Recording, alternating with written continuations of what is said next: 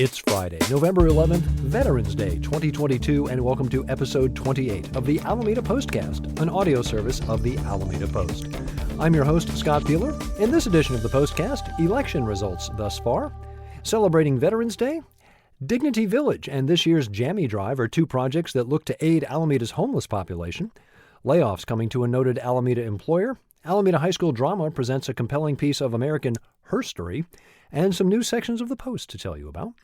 These stories and more on this episode of the Alameda Postcast. Our top story: Tuesday was Election Day across the country. Here in California, the majority of national and statewide races have been decided, with Senator Alex Padilla, Representative Barbara Lee, and Governor Gavin Newsom all winning re-election.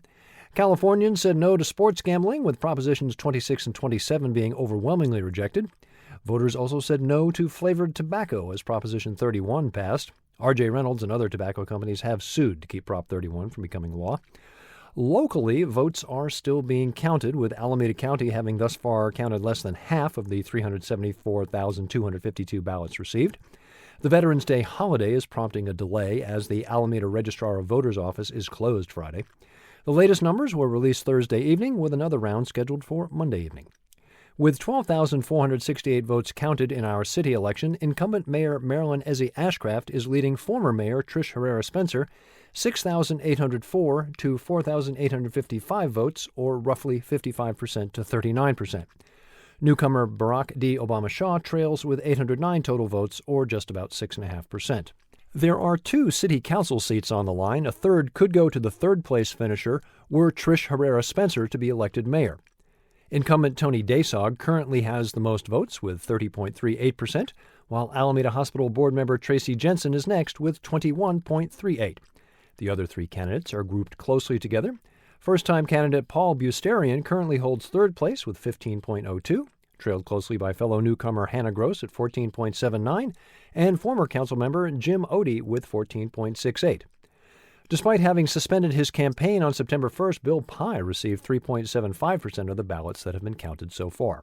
Alameda residents had two local measures on the ballot. Measure E, which would allow City Council to vote to increase council salaries, was almost evenly split, with 50.72% in favor, 49.28% opposed. Measure F, which would increase the transit occupancy or hotel tax from 10% to 14%, saw voters leaning in favor, with 55.92% supporting the measure. Again, with the next round of results coming Monday at 5, we invite you to check alamedapost.com for the latest results affecting our island city. You can find all of our election coverage at alamedapost.com/election. November 11th is Veterans Day, and if you're listening to the Postcast early on Friday, you've got time to join the community celebration at the Veterans Memorial Building, 2203 Central Avenue at 10:45 a.m. The Master of Ceremonies will be Alameda's own Sal Castaneda of KTVU News. Commanding Officer of Naval Operations Support Center, Captain Kerry Chase, will be the keynote speaker. The color guard will be provided by the U.S. Navy Sea Cadets Gray Ghost Division, plus the Alameda High School Band in concert. Immediately following the concert will be a cookout with hamburgers, hot dogs, baked beans, chips, homemade cupcakes, sodas, and water. Details in the November 8th news brief at alamedapost.com/news.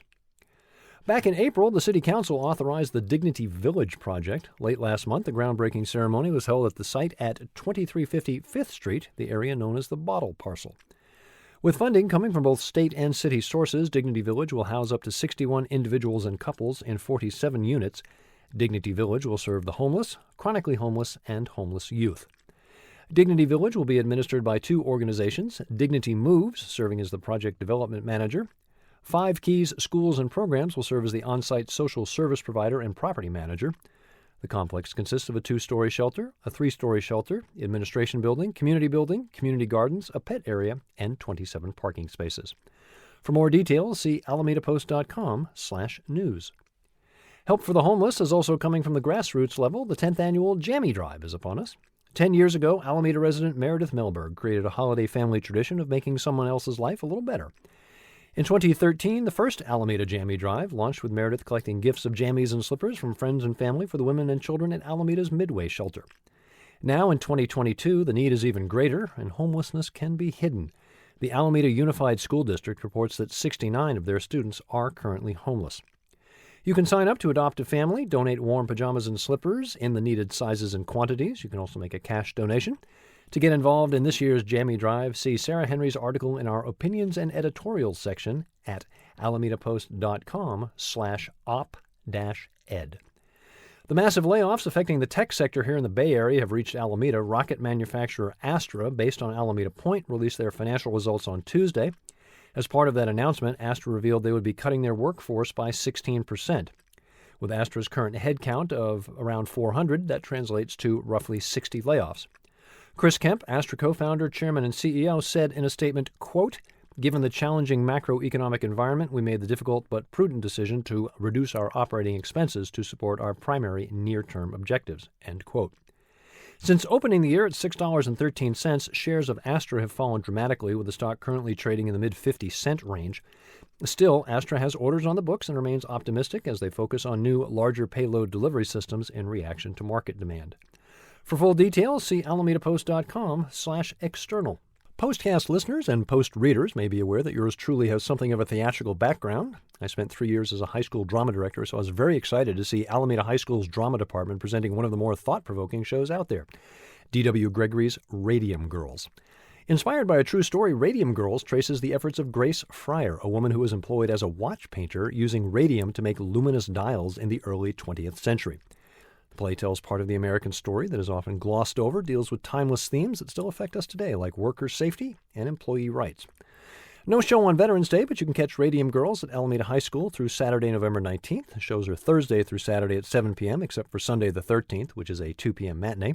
Details in the November 8th news brief at alamedapost.com/news. The first of 4 historic markers that connect current Japanese-American community sites with former sites of Alameda's Japantown businesses will be unveiled on Thursday, November 17th from 4:30 to 5:15 at Alameda Marketplace, 1650 Park Street.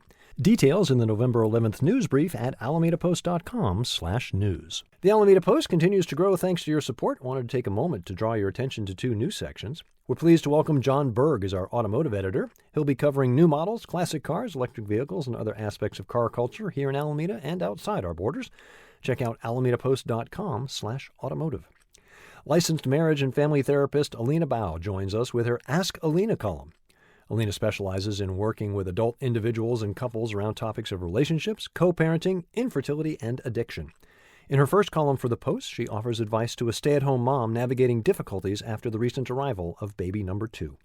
Alina provides some great tips for coping with the stresses that life brings. Find her column at alamedapost.com/features. Now we'll look at upcoming events of interest for the Alameda community, unless otherwise noted. Details for these events can be found at alamedapost.com/events. Veterans will be allowed on for free as the USS Hornet honors Veterans Day starting at 11 a.m. Friday. Featured speaker will be Leon Watkins of the Walking Ghosts of Black History. Leon will discuss his organization's recently opened exhibit, African Americans in the Military, located on the second deck of the Hornet.